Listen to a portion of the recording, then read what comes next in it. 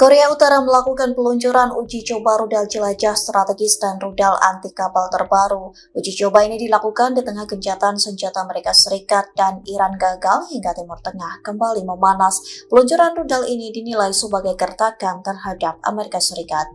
Presiden Korea Utara Kim Jong-un menyaksikan langsung uji coba rudal pembawa nuklir pada Minggu 12 April. Dilaporkan Korea Utara menembakkan 2 rudal jelajah strategis masing-masing terbang selama lebih dari 2 jam.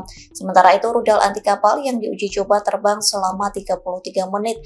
Uji coba ini dilakukan dari Chuyeon yang merupakan salah satu dari 2 kapal perusak kelas 5.000 ton milik Korea Utara. Kapal tersebut baru saja diluncurkan tahun lalu seiring ambisi Kim Jong-un untuk meningkatkan kemampuan angkatan laut. Media pemerintah Korea Utara merilis foto yang memperlihatkan momen saat rudal melesat dari kapal perang. Kim Jong-un dilaporkan puas atas pencapaian angkatan perangnya yang semakin kuat. Ia juga kembali menegaskan bahwa memperkuat pertahanan nuklir adalah fokus utama negaranya saat ini. Para analis menilai bahwa uji coba rudal dari kapal perang ini sengaja dirancang untuk mengirimkan sinyal kepada Amerika Serikat.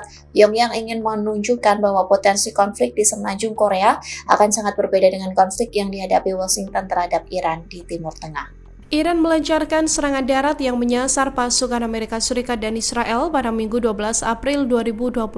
Iran mengklaim berhasil membongkar jaringan mata-mata yang diduga beroperasi sejak lama. Setidaknya 50 orang telah ditangkap. Para pelaku diduga memberikan koordinat titik-titik vital penting di seluruh Iran. Kantor berita IRNA melaporkan para pelaku memberikan data tentang lokasi tetap dan bergerak, termasuk infrastruktur, pos pemeriksaan, dan penempatan pasukan keamanan, serta memfasilitasi operasi yang ditargetkan terhadap lokasi-lokasi tersebut. Pasukan keamanan Iran juga menyita peralatan elektronik khusus selama operasi ini, termasuk perangkat komunikasi, peralatan berbasis satelit, hingga senjata dan amunisi.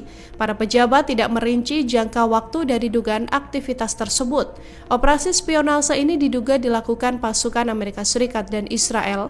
Sebelumnya, pihak berwenang Iran melaporkan sekitar 500 penangkapan atas tuduhan spionase sejak perang dimulai pada 28 Februari. Awal bulan ini, media Iran melaporkan penangkapan 85 orang karena diduga bekerja sama dengan musuh.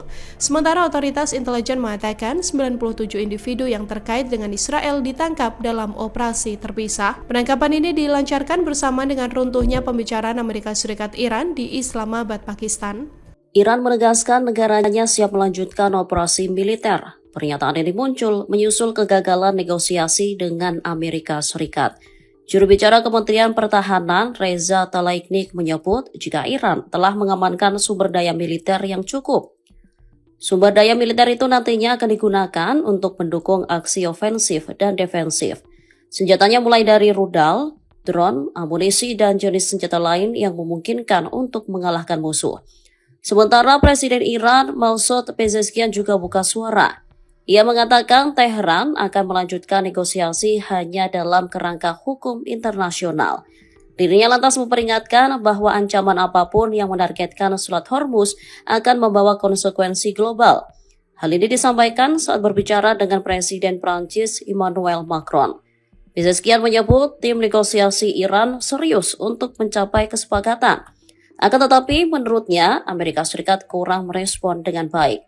Hal ini yang menurutnya mencegah mencapai kesepakatan akhir.